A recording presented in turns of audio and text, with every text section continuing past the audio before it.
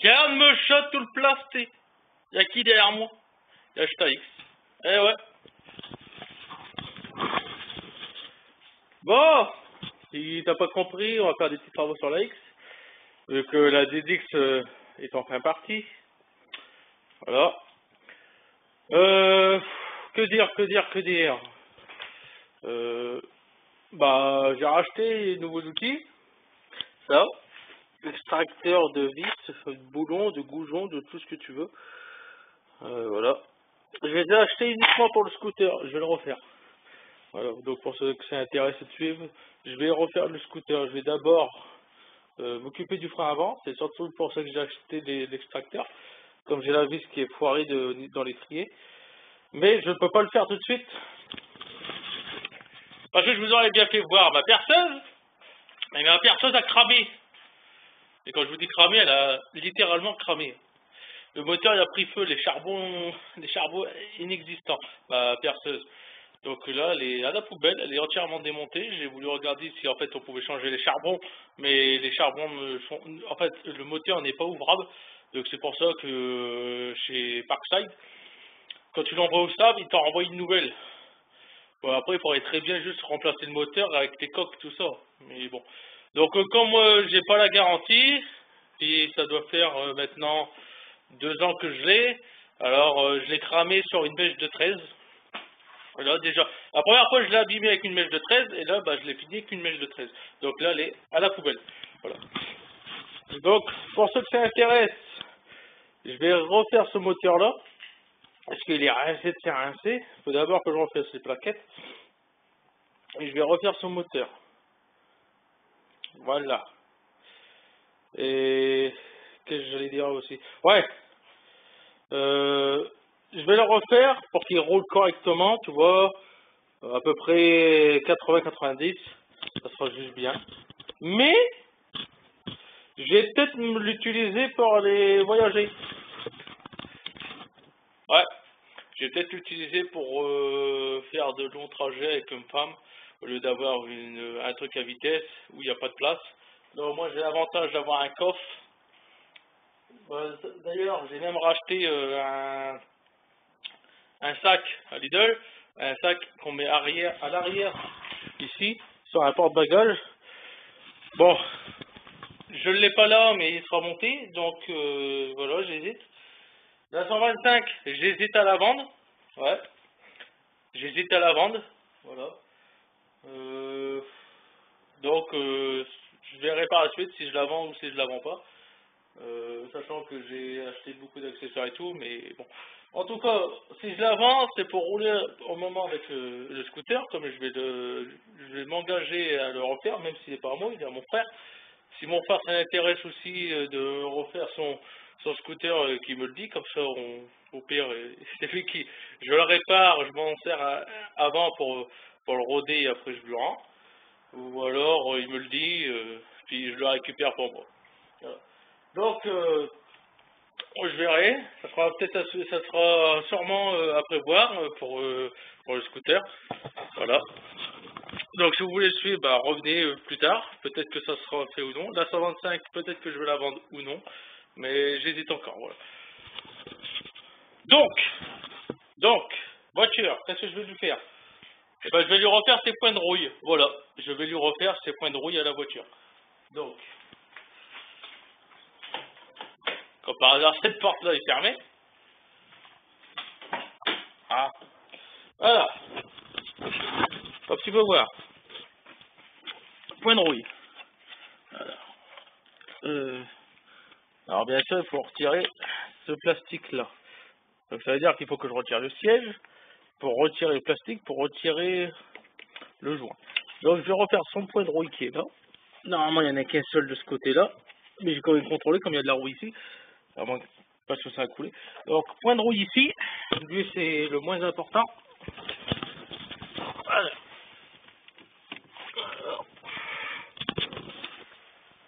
Je vous fais d'abord les portes, parce que j'en ai un sur le bas de caisse qui est dû à moi. Impeccable, ça passe. Point de rouille ici aussi. Là, je vais vraiment faire voilà, c'est un tout petit trou. Voilà. C'est vraiment bien que c'est un truc vite fait pour éviter que la pluie rentre dedans et puis comme pourri. Les châssis. Voilà. Et le dernier que j'ai fait, oui, que c'est moi qui ai fait, je l'ai percé. Pas de caisse. Alors. Voilà. Là. Avant qu'un pourri tout le châssis. J'avais percé parce que je pensais qu'il y avait de l'eau dans le bas de caisse, parce que j'entendais comme un bruit d'eau à chaque fois qu'on tournait. Mais je me suis rendu compte que par la suite c'était le lave-glace en fait. Donc voilà, faut que je repasse ça. Avant que la voiture elle pourrisse quoi, tu vois. Donc je vais refaire, je vais juste gratter un peu la rouille, de toute façon j'ai plus de perceuse. Je vais gratter la rouille, puis je vais lui mettre du mastic. Voilà, j'en ai là, ça tombe juste bien. Du mastic ici. Voilà. Donc je vais juste faire ça, petit point de rouille. Et puis aussi, peut-être dans une autre vidéo, je verrai si celle-là elle est trop longue ou non. Où est-ce que je l'ai mis? Tu sais où je l'ai mis? Et puis je me rappelle plus. Voilà, déjà faut que je le retrouve. Le short shifter. Voilà, c'est pour avoir un meilleur passage de vitesse. Enfin, c'est pas que les vitesses vont mieux passer, c'est le levier de la commande du levier de vitesse devrait être plus courte. Mais il faut que je le retrouve. Tu vois, ça c'est le genre de truc qui m'énerve. Tu ranges l'endroit où tu travailles et tu retrouves plus rien. Et quand c'est le bordel, tu retrouves toujours tout. Donc maintenant je m'engage à ne plus rien ranger. Donc pourtant c'est une grosse platine, hein, je devrais le voir, hein, surtout qu'elle est neuve. Bah, je sais pas où c'est. Voilà, donc ça sera dans une autre vidéo. Et ouais, trop bien rangé que je retrouve aussi, que je ne retrouve plus ma lampe aussi. Voilà. Alors, voilà un premier trou. Et voilà un deuxième trou qui se formait. Et là, il n'y a rien. Alors, quand je guette un œil.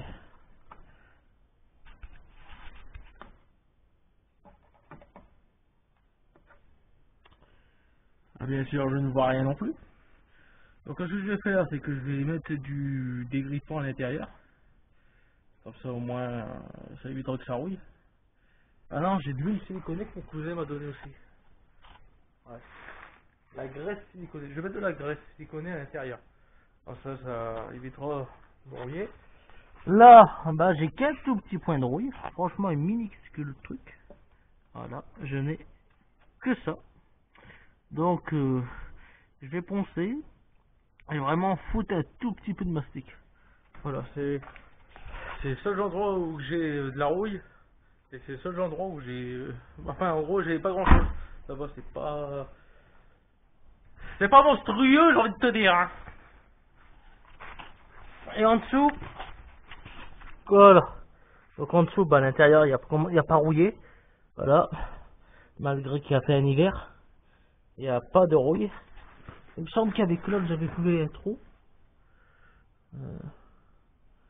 Ah tiens, c'est huileux là. Bon, on va refaire un petit contrôle de la caisse. C'est huileux. J'espère que c'est de la glace. Comme j'ai la durite à la protection le pneu et du coup bah c'est percé. Après où est-ce que ah là derrière j'avais commencé aussi puis j'ai pas pu. Donc là j'ai pensé là je vais mettre juste un bout de peinture, c'est tout. Voilà. Rien d'énorme. Voilà. Bon, je vais préparer le truc. Tu vois, j'ai rangé, j'ai perdu le short shifter et j'ai perdu la lampe. Je sais pas où c'est. Et je crois savoir où c'est. Je pense que ça serait peut-être parti avec la ZX. Je pense. Parce qu'il me semble qu'à un moment donné, je les avais posés dedans ou posés dessus. Et voilà. Donc, il se peut que c'est parti avec la ZX. Voilà. Enfin. Alors, là, j'ai une sonde à température. Tu vois. Bon. Elle est déglinguée. Mais ça vient d'un 50 cm3. Un Malaguti F15. Vu que j'avais. Non, je crois que c'est F12. Enfin bref.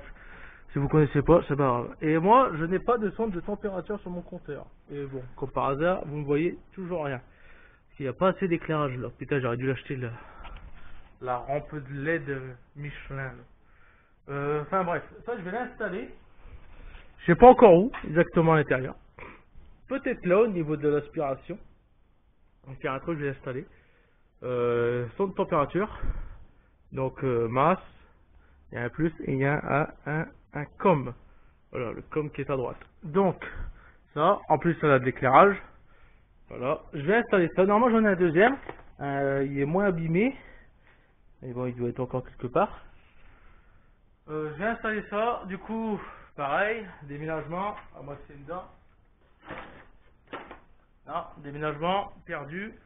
Donc je vais couper la durite en deux. Parce que même si j'ai une sonde température moteur, une sonde température eau, j'ai un doute que ça fonctionne ou non. Donc je vais installer ça. Je vais couper la durite en deux. Je vais refaire des câblages.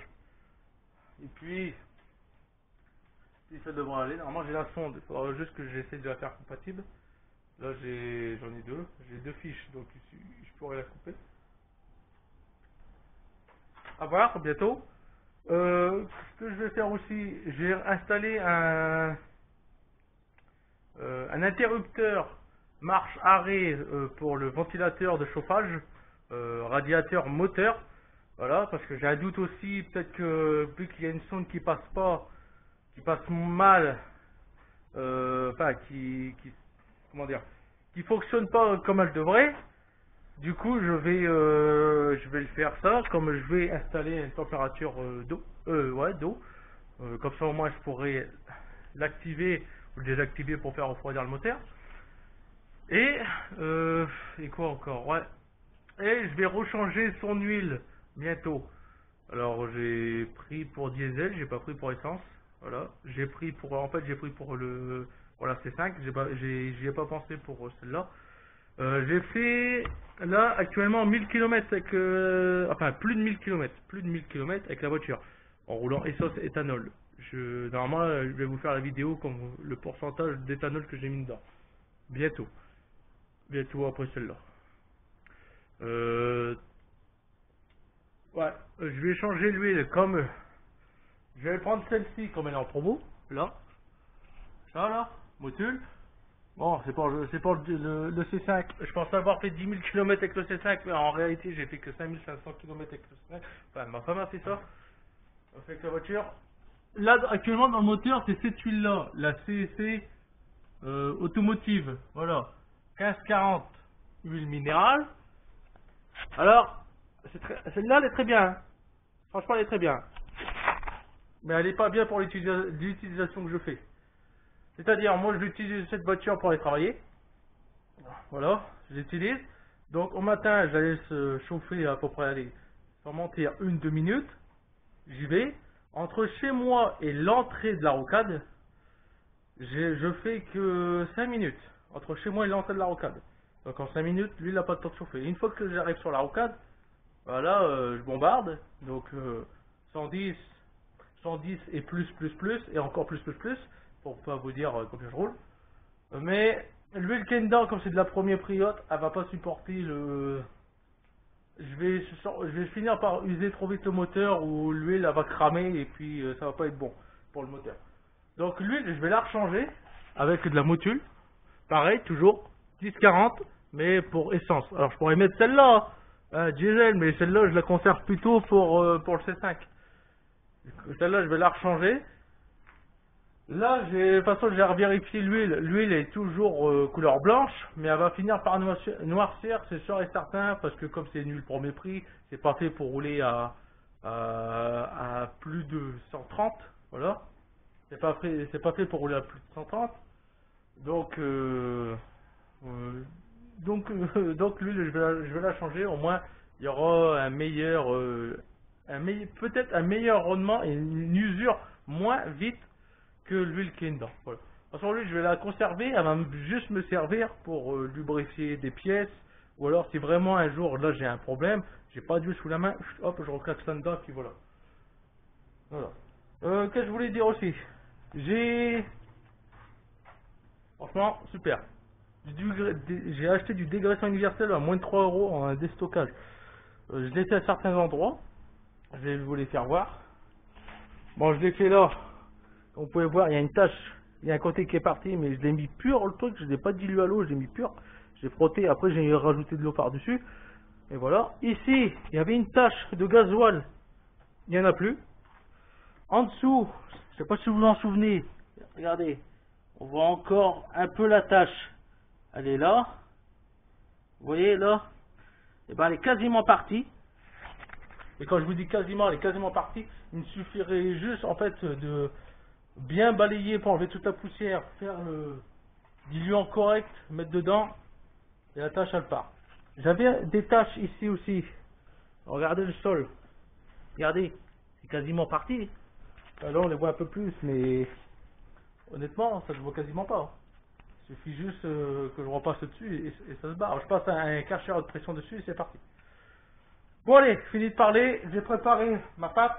Alors je ne sais pas si j'utilise lui ou lui, parce que lui ça me dit pour polyester, donc en gros polyester, tout ce qui est plastique et autres. Ça c'est universel carrosserie, donc je vais voir comment c'est dans le bardal. Et puis bah, si je vois que c'est pas pareil, pour de l'acier ou autre, je prends l'autre. Voilà.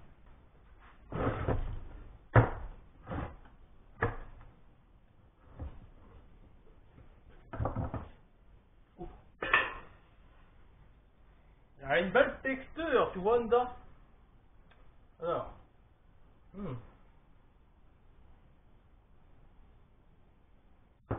bizarre, l'odeur n'a pas l'air d'être pareil.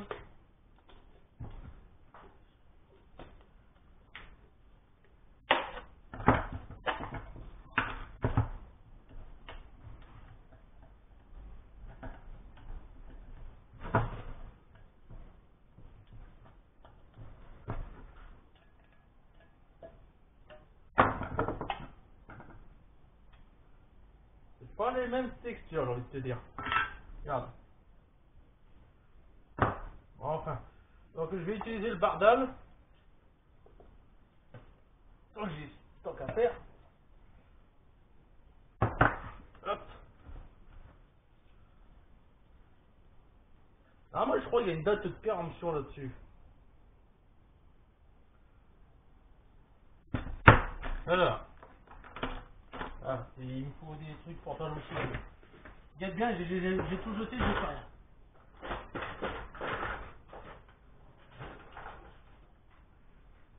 Par miracle. Ah ouais merde, j'ai pas encore préparé la caisse. Bon, je vais le poncer. Avec ça, ça fera très belle affaire. Voilà.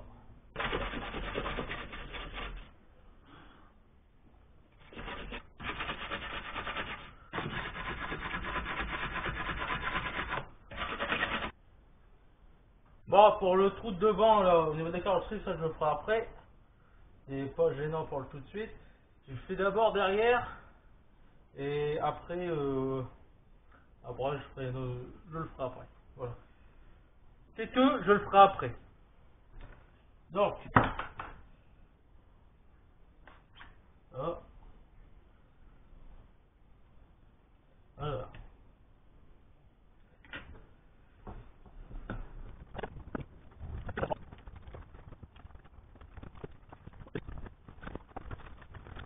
Bien.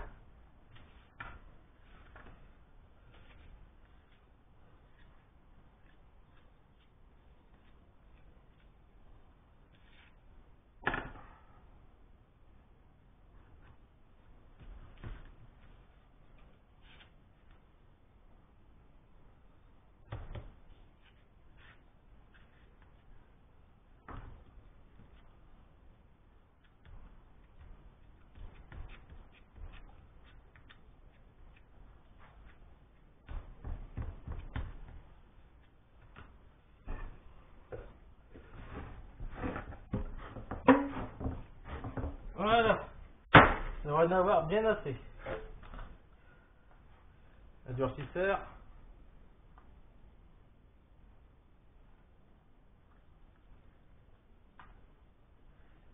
Il y en a trop. Il y en a trop.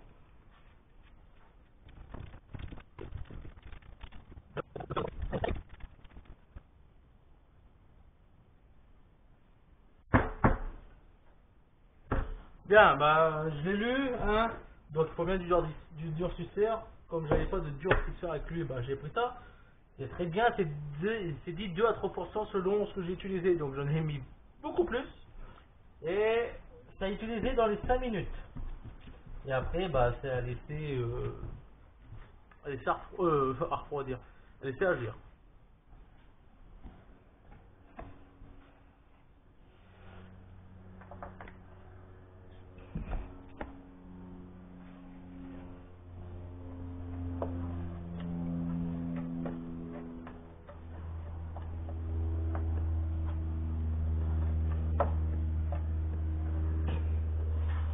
Je vais pas te mentir que j'ai mis la dose.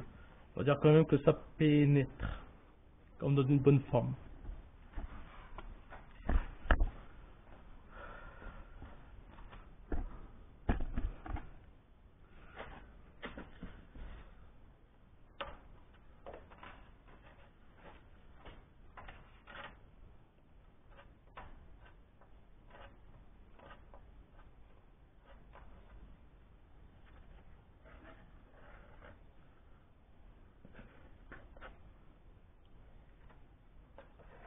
Merde, c'est tombé dedans.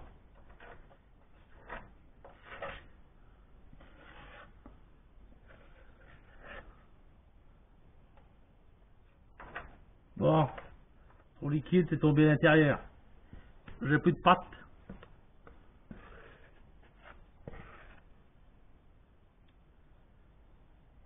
Comment faire?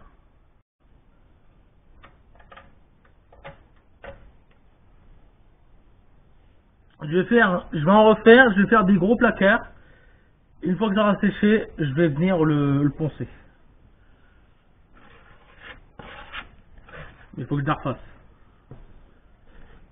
Bon, j'ai changé de boîte. J'ai pris celle-là. Comme ça, c'est avec son durcisseur. J'ai refait une couche. J'attends que ça durcisse. J'en ai mis beaucoup de durcisseur. Et voilà. Donc, durcisseur, il est en train de faire effet. Il faut que je l'applique avant ces 5 minutes. Bon, ça commence à durcir. Je dis bien ça commence. Du coup, bah, j'ai profité pour essayer de retrouver le charge shifter. Je trouve pas. Franchement, je trouve pas. Mais par contre, j'ai retrouvé mes rivets. Mes rivets Staras. Voilà. Rappelez plus que j'en avais une boîte entière. Voilà. Donc mes rivets Staras s'est retrouvé. Il faut que j'attends que mon durcisseur il durcit et que je retrouve mon charge shifter parce que sinon j'ai perdu 20 € encore une fois. Voilà. Voilà, encore des pièces que j'accate et que ça perd. Et que je perds. Putain, ça tombe encore.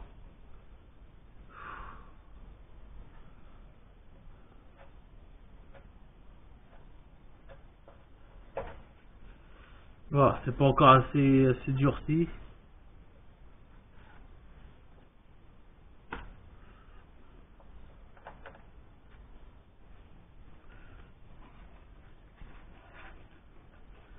Bon, il me reste ça. Bah, il n'y a plus qu'à attendre que ça durcit. Bon, malheureux. J'ai laissé un peu trop durcir. Donc, ça sert à rien. Voilà, comme le mot le dit, je l'ai laissé trop durcir. Donc, j'ai gratté. Et là, je suis en train de faire une boule avec de la pâte époxy. La pâte époxy, je la préfère la garder pour tout ce qui est radiateur, tout ça. Vous savez, comme les fameux problèmes que j'ai eu pour mon radiateur de la voiture.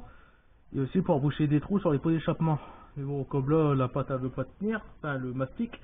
Du coup, pas le choix. Enfin, pas le choix. Je pourrais très bien le souder, hein. Mais de la soudure carrosserie, ça, je ne sais pas faire.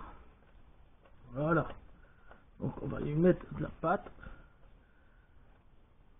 En fait, le trou, il est beaucoup trop gros. Ah, la pâte, elle a déjà durci.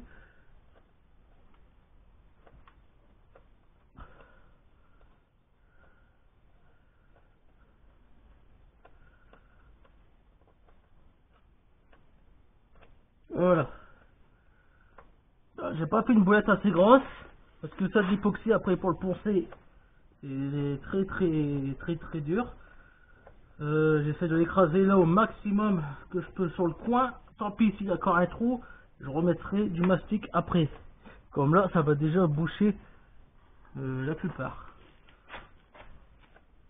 Quand même bien le boucher. J'attends, je vais juste attendre que ça durcisse puis je vais remettre du mastic par dessus. Voilà. Comme ça au moins ça va faire obstacle. Et ben je le poncerai plus tard. Déjà le plastique. Le mastic Bardal, là, lui est déjà sec, hein, des deux côtés. Donc j'en ai foutu à l'avant et là en dessous. Voilà. Il me restera en dessous, je vais pas le poncer. C'est en dessous, hein. Je vais juste le panne. Ici, je vais juste le reponcer pour dire que ça fasse un peu plus propre. Même si ça se voit pas tant que ça, vu qu'il y a le joint. Vous voyez, il y a le joint qui va jusqu'ici. Reponcer un peu, donner un coup de peinture de chaque côté. Là, la pâte époxy est déjà dure, hein.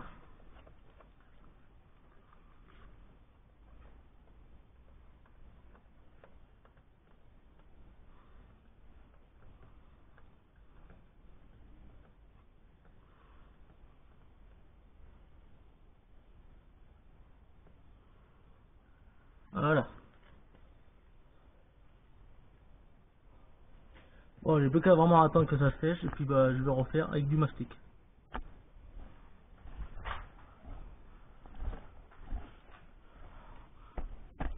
Donc nous voilà de l'autre côté, donc ici c'est déjà dur. J'ai dit attendre une demi-heure, donc je vais attendre une demi-heure, je vais le poncer. Franchement léger, je vais pas repasser dessus. Je vais vraiment reponcer ici pour dire d'enlever l'excédent. Et je vais passer un coup de peinture. De toute façon, il y a le joint qui est positionné là, donc on le voit quasiment pas. Voilà. Bon, bah quand j'ai plus de feuilles à poncer, j'ai fait avec les moyens du bord, disque abrasif.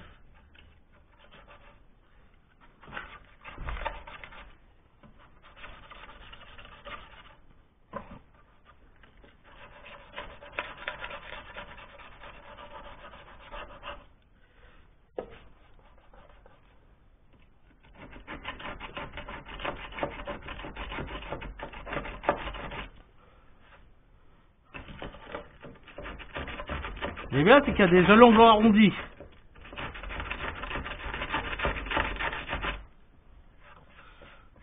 Là, je suis en train de poncer au 40. Voilà. Comme ça, c'est très bien.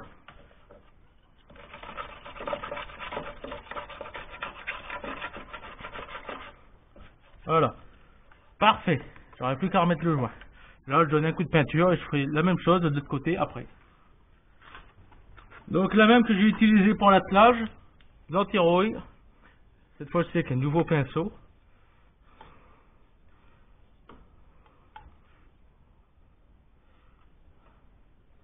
Hop.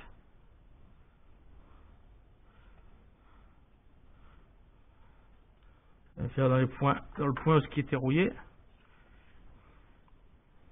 Voilà.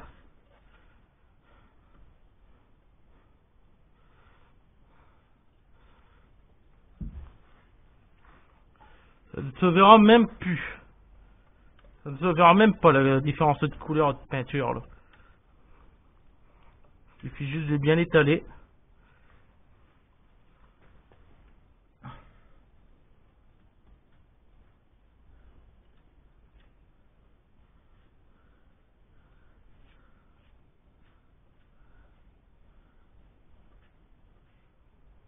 Voilà. Donc là, je vais aller faire le châssis, enfin, le bas de caisse de l'autre côté. Pas la peine de vous faire voir. Bah alors, qu'est-ce que vous en pensez? Franchement, ça ne se voit même plus. Regardez. Bon, on voit que je suis passé dessus avec un pinceau, mais bon, c'est que du détail quoi.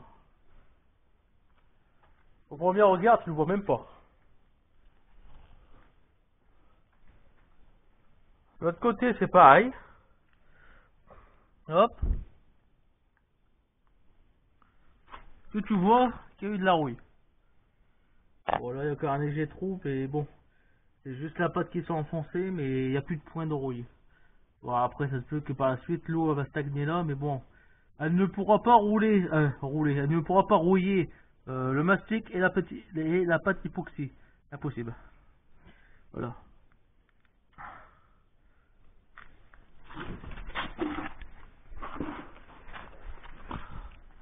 Donc en dessous, hein, je ne suis pas fait chier. Voilà. Ça va même plus.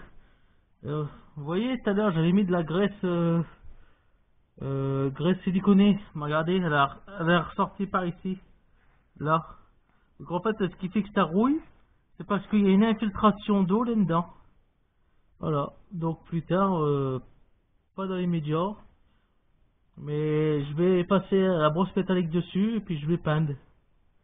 Pour pas que de l'eau rentre à l'intérieur. Parce que regardez, c'est aussi coulé là. Donc pour l'avant, bah voilà. Hop. Voilà. Il n'y a plus de trou, l'eau ne peut plus rentrer.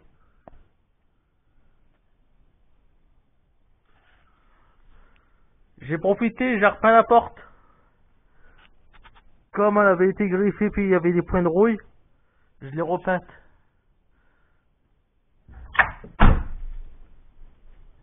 Bon. Il y a quelques traces de couleur, mais bon. Voilà.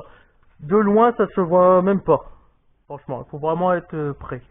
Au moins, plus des traces de rouille. Voilà. Regardez. Ah, ça se voit même plus. Après, il faut voir la lumière du jour. Là, c'est pareil. Il y avait un point de rouille ici. Est-ce que ça se voit encore? Non. Il y en avait un peu autour de l'aile. Mais bon, voilà. J'ai repeint la vis aussi, tant qu'à faire. Ah. Bon, après, il y a des endroits où j'ai pas fait. Vous voyez, là, j'ai pas fait. Là, je l'ai pas fait non plus. Là, oui. Et là, je l'ai fait. J'ai fait sur toute la longueur. Bon, après, je l'ai pas fait. Le traces noir parce que c'est que un frottement. Je passerai dessus avec du papier à poncer très très fin. Hein, environ du 2000, du 3000. Normalement, ça devrait partir. Mais bon, de toute façon, la porte est à changer. Hein. Ici, c'est peut-être refaisable. Mais là, en fait, c'est planté dedans. Donc ici, en fait, c'est mastic. Il faudrait refaire du mastic, ici. Bon, en parlant du mastic, alors les deux fonctionnent quasiment pareil. Ici, ça faisait peut-être 5 ans que je l'avais, le pot. Ça, on pouvait le trouver chez Naruto, je sais pas s'il le fait encore. Ça, je l'avais trouvé dans un truc de déstockage, le Bardal. Mais les deux là, franchement, ils fonctionnent quasiment pareil. Il y a juste celui-ci là, le Presto. Le Presto, il est couleur blanche. Non, j'ai plus. Et celui-là, il est un peu vert, bleu pâle. Ouais, bleu pâle, vert pâle, voilà. Il tire sur cette couleur-là. Là, il est blanc, là, il est côté bleu. Voilà. Donc, les deux, ça fonctionne très bien. Ça, c'est quoi déjà? Ouais. Regarde, la résine pour faire durcir, elle fonctionne exactement très bien pour les deux. Ils ont séché quasiment identiquement pareil. Quand j'ai laissé sécher celui-ci pour pouvoir reboucher le trou, ben c'est quasiment la même le même temps pour que le Bardal il sèche. Donc ces deux produits fonctionnent très bien. D'ailleurs, je savais même pas que Bardal avant il faisait du mastic pour carrosserie, voilà. Mais en tout cas, leur produit fonctionne très bien. Pareil pour le Pesto. Le Pesto, lui, on peut le trouver chez Naruto. Que dire d'autre? Bah là, Shark Shifter pas retrouvé, donc soit je le rachète, soit je recherche vraiment en profondeur pour le trouver, mais je crois qu'il est parti en même temps que la ZX. Ça, c'est des risques. Pourtant, j'avais tout viré, et bon. Il a disparu. Le raccord son de température, ça, je l'ai perdu dans le déménagement. Et le short shifter, je me souviens l'avoir eu dans les mains. essayé de l'avoir testé, enfin, regardez comment j'allais le mettre dans la X, mais j'ai pas le souvenir de où je l'ai mis, comme j'ai tout rangé. Donc j'ai mis ça, je roule propre, pas parce que la voiture elle est propre, tu vois, esthétiquement tout ça. Bon, il y a ça aussi, c'est un peu pour le côté blague, je roule propre. Mais pourquoi? Parce que ce moteur là il est de 93. Il est 93, donc il y a un cathode et il a un injecteur. Donc, théoriquement, comme il y a un catalyseur, la voiture a une norme anti-pollution, donc elle ne pollue pas plus qu'une voiture récente. Voilà. Et aussi, parce qu'on fait quasiment du 3,5 litres à 4,5 litres au 100. Donc la voiture, elle consomme quasiment rien. Donc la voiture là, c'est une voiture non polluante. Elle pollue, certes parce qu'elle est à essence, mais essayez de la mettre à l'éthanol, la voiture ne pollue pas. Ne pollue pas. A plus!